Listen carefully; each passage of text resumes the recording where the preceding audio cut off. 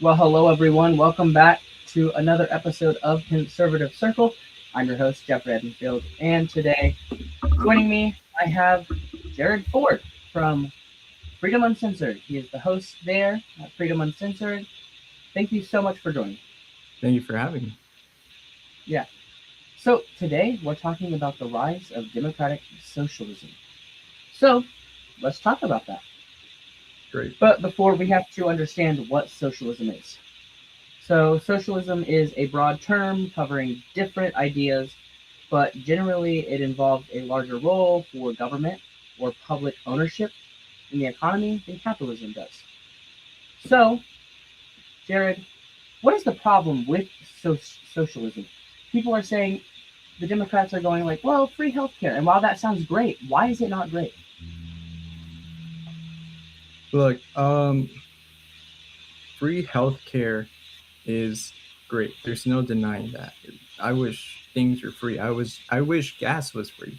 However, somebody's doing the labor for it, somebody's providing it, somebody's doing the service, somebody has to bring the products that you need related to healthcare or gas maintenance, and somebody is putting their life and time into providing that.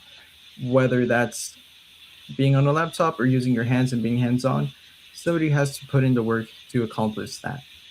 And I don't think the person working would feel great about putting in all that work and effort for somebody to pros prosper off of it for free. I think that socialism in the idea of it is great and phenomenal, but in practice it doesn't work because at the end of the day somebody wants to have some capital, some funding, or make some profit off of the labor that they do. Yeah, so with socialism, they believe in more um, government overreach. Is that Right. correct? So we have universal health care, more affordable or tuition free public college, expanded social welfare program, higher taxes on higher income, uh, individuals and some corporations fund public services, stronger labor protections. So, and then conservatives, we believe, capitalism. We believe in limited government. We believe in lower taxes, free markets. Uh, yeah. So, what's really the difference there? I would say that the difference is that when we talk about practice, it's the same thing to somebody that works in econ and accounting. Econ would be just theory and what would sound great on paper, and accounting would be what is practice and what we actually do.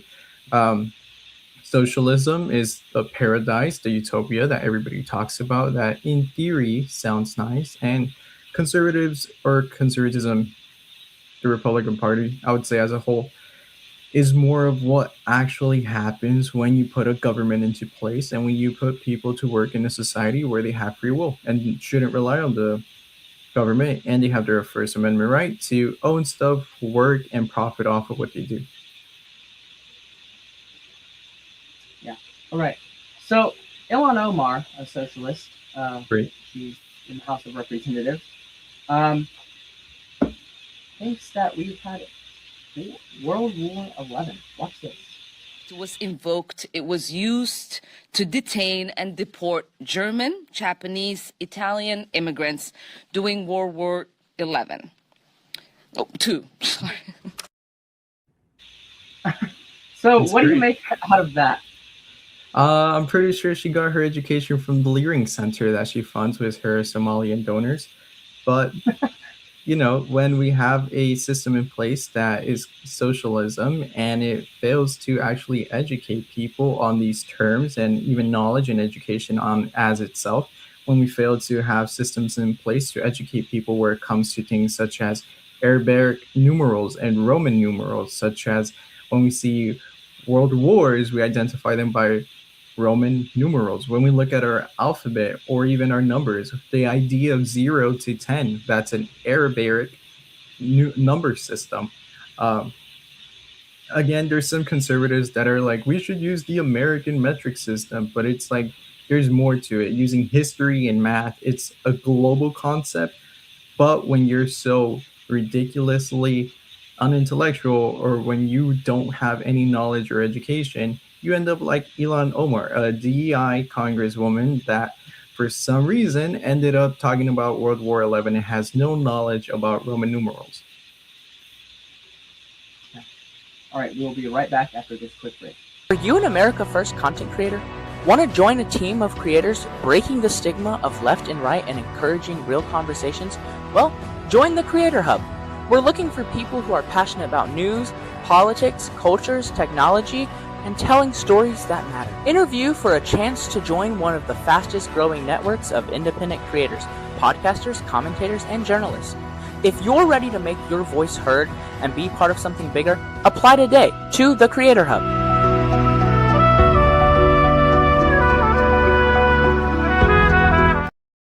Well, can I join? Jared, so you're a big part of the Creator Hub. What is the Creator Hub? I guess in the best terms possible, I could say the Creator Hub is a collective of content creators who represent the America First movement. You know, we have people on the right who are either from PragerU, the Daily Wire, Turning Point, and that's great and all, but the issue comes to when we want to represent people in office, such as James Fishback, who is an America First candidate, or when we have people like Marco Rubio and JD Vance in office who are part of that MAGA and conservative movement. It's either, are we going to let ourselves be branded by the Republican Party, or are we going to make the change by identifying candidates who actually stand for the American people and prioritize the American country as a whole? So the Creator Hub is a collective of people who share the same, maybe not exactly the same Christian political values, but it's still the same concept of America's a priority, America's our country. America was founded by God, not by Buddha, not by any other secular belief system or religion. America is built on the value of we trust in God. Even in our dollar system, even in the capital, anything says founded by God, country for God. So the Creator Hub is a collective of content creators who believe we should move away from the MAGA, we should move away from just the Republican, and focus on the priorities of the American people and putting America first, and being the faces of the America First community of the movement. You know, we have a lot of people like Nick Fuentes who started the America First movement. However, it's moving on to now being, if you don't agree with the Republican Party or if you want to give it back to Trump's face, vote Democrat. But it shouldn't be that way. It should be, if you want to represent what conservatism means, vote for somebody who might be the underdog in your election, but represents America first. Mm-hmm. That's right. So, for anyone watching that is maybe interested in joining the Creator Hub, how can they do that? Like, all you got to do is have the heart and spirit, actually understand the focus of what America First means. It's not, what would I say? It's not some extremist group. Being America First is not some radical anti-Semite, white group. It's a collection of content creators coming together to help the movement actually make an impact and lead the next generation, the Gen Z, the Gen Alpha of America First. If you're interested, feel free to always DM the Creator Hub on Instagram and you'll get a response. So I think that's the best way to honestly apply to join the Creator Hub. Yeah. And before we go to text tape this week, another question. Why do you think socialism is becoming more popular amongst Gen Z? Great question. I mean, socialism as a whole, it's the idea of affordability at the cost of somebody else.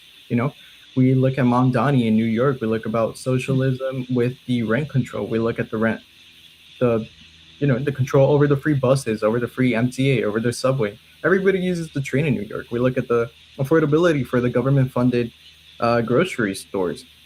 That sounds great and all, but who's going to fund the money for it? He talks about raising the taxes on the rich. When he did his whole campaign, if you looked into the biography of it, on his page, it literally said having higher taxes in white communities because he saw white communities as overly privileged. Um, Socialism is mainly becoming popular because I can agree that things are becoming more and more expensive, and inflation has a big part of that. The tariffs has a big part in that.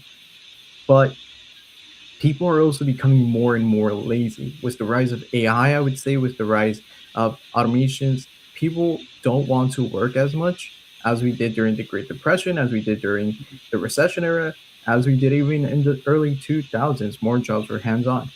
Now, people really want to sit back, do more remote jobs, work less hours, have the unions give them more benefits.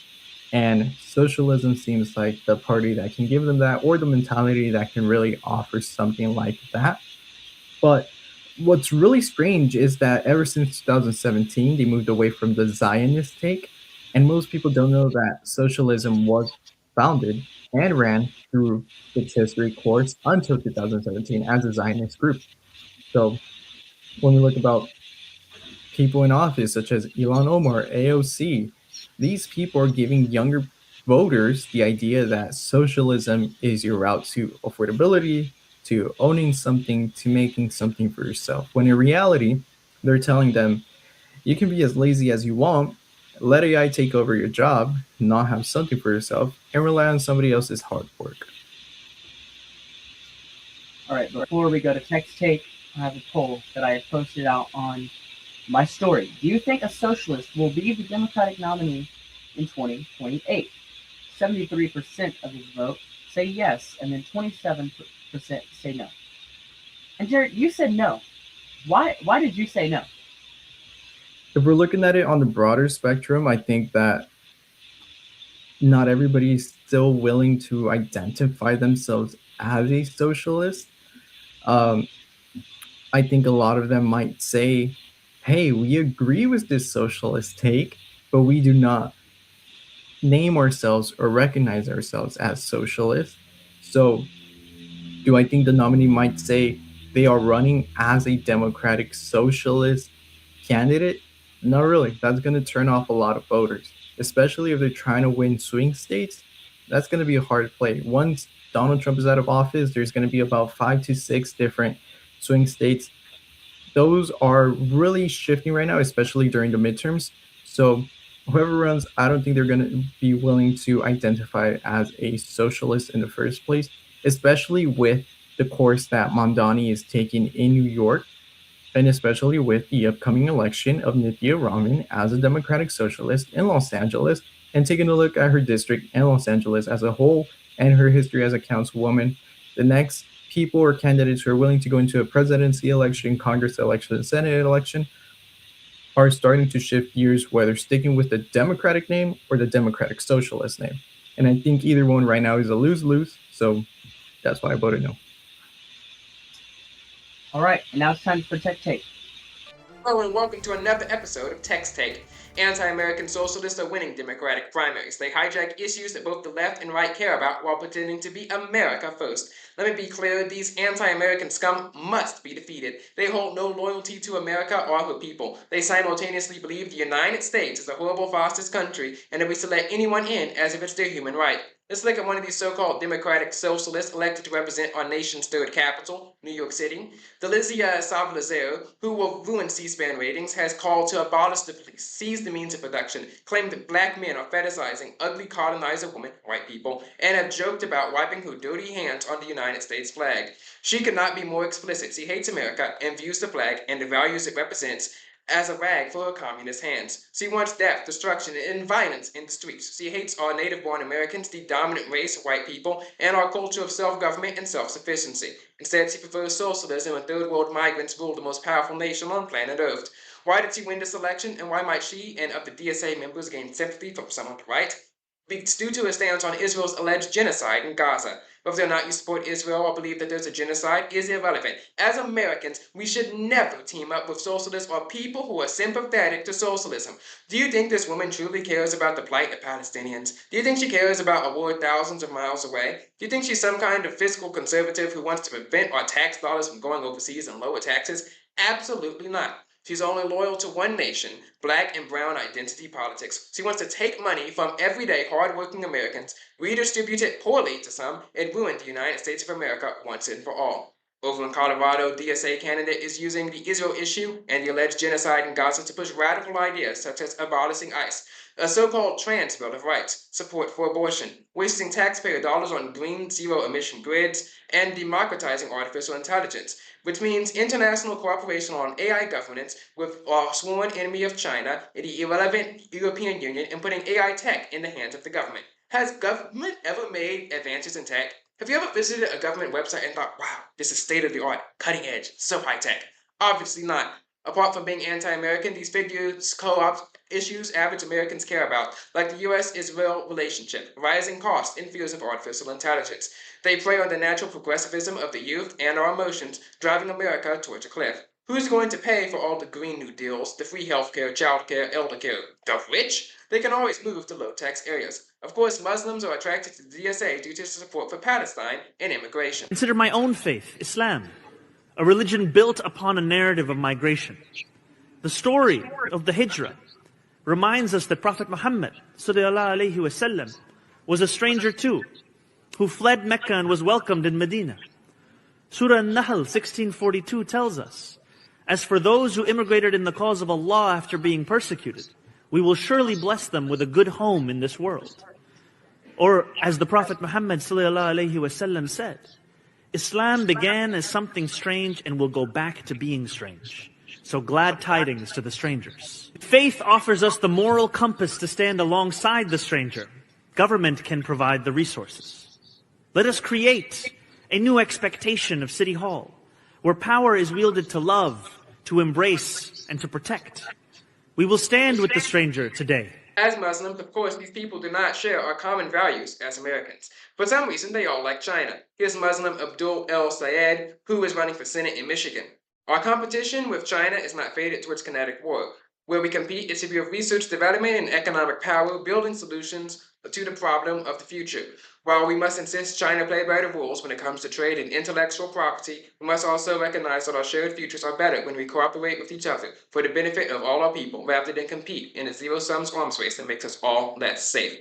They love China, obsessive with international affairs, and the third world, and hate our religion, even citing the Quran as a reason for third world migration. So they can take over the United States of America. They must be stopped. Let me be clear, socialism slides into communism, and that road leads to mass death and destruction. It has failed every single place it has been tried. It destroys the very things that make a society work. People stop investing in their community. Innovation dies. Why would you work hard, take risks, or build something great when the state just takes it all away? Let's look at the historical record. In the Soviet Union, collectivism and central planning caused terrible famines, including the Holodomor in Ukraine, where over 3.9 million people died. Overall, Stalin-era policies killed tens of millions. Estimates run over 20 million when you count the famines, the purges, and the gulags.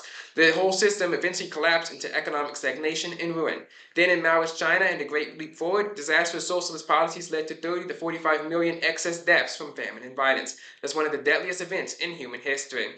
And in Venezuela, once one of the richest countries in Latin America thanks to their oil deposits, then socialism took over. What happened? The GDP collapsed by 75 to 80%.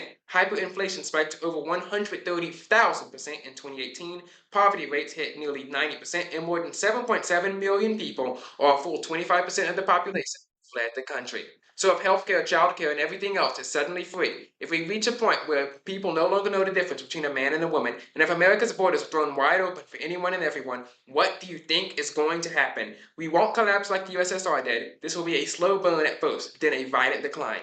Third world migrants who don't share our values, addicted to free stuff, will import their cultural norms onto our citizens, and then it will turn to violence. Non-citizen households use welfare programs at significantly higher rates. Illegal migration already costs taxpayers tens to hundreds of billions net annually. Islam is not a religion of peace. It is not consistent with American values, as we are a Christian nation. And this Islamist socialist takeover of America must be stopped, lest America and the fate of the free world fall. I'm the tech boy for Conservative Circle. God bless you, and may God bless the United States of America. All right, guys.